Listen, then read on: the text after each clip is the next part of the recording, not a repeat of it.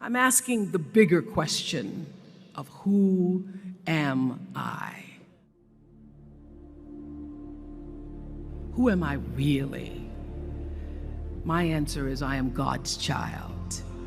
I am that which is born of all that is. I am, as Pierre de Chardin said, a spiritual being having a human experience, come trailing the breath of the ancestors yet, but trailing the breath of the angels, and understanding that because I am connected to the source of all that is possible for me. And what do I want? I don't want to just be successful in the world. I don't want to just make a mark or have a legacy. The answer to that question for me is I want to fulfill the highest, truest expression of myself as a human being. I want to fulfill the promise that the Creator dreamed when He dreamed the cells that made up me. What do I want? You must have some kind of vision for your life. Even if you don't know the plan, you have to have a direction in which you choose to go. I never was the kind of woman who liked to get in a car and just go for a ride. You want to be in the driver's seat of your own life, because if you're not, life will drive you. Knowing who you really are in this space and time that we embody. That's number one. What do you want? Who are you? Number two, you must find a way to serve. Martin Luther King said that not everybody can be famous, but everybody can be great, because greatness is determined by service. Now, we live in a world where everybody wants to be famous and where we admire people for just being famous. We think being known brings us value. The truth is, all of that will fade in time. Service and the significance that you bring to your service is that which is lasting. So to be able to, whatever your occupation or job or talent or gift is, our honorees today getting doctorate degrees, to apparently opposite fields, HIV and AIDS and the spoken word.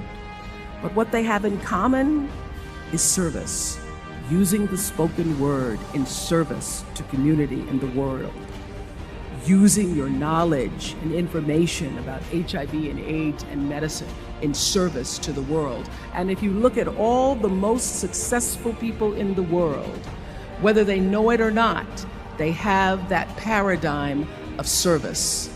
Service through medicine, service through art.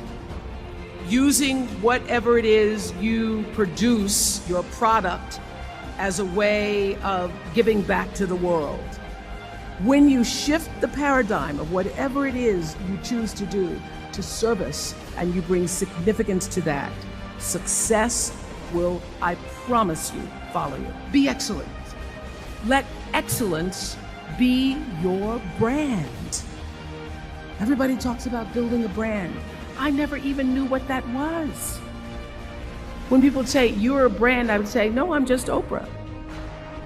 What I recognize now is that my choice to, in every way, in every example, in every experience, to do the right thing and the excellent thing is what has created the brand.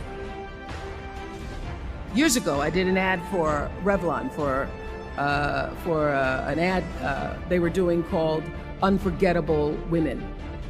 And what I know is that when you are excellent, you become unforgettable. People remember you. You stand out. What we talked about yesterday. All of you leaving here have the potential for enormous success. There's a price that comes with that. People don't always like you, and they're not always happy for you. And if you surround yourself with people who are not accustomed to your success, they become fearful, they become scared, because you are reflecting back something to them that they don't recognize. People who want the best for you want you to be your best.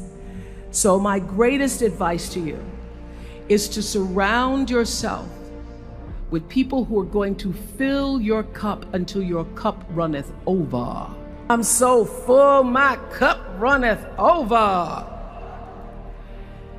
And to know that once your cup runneth over, you cannot spend your life with your gallon-size offerings, offering them to pint-sized people.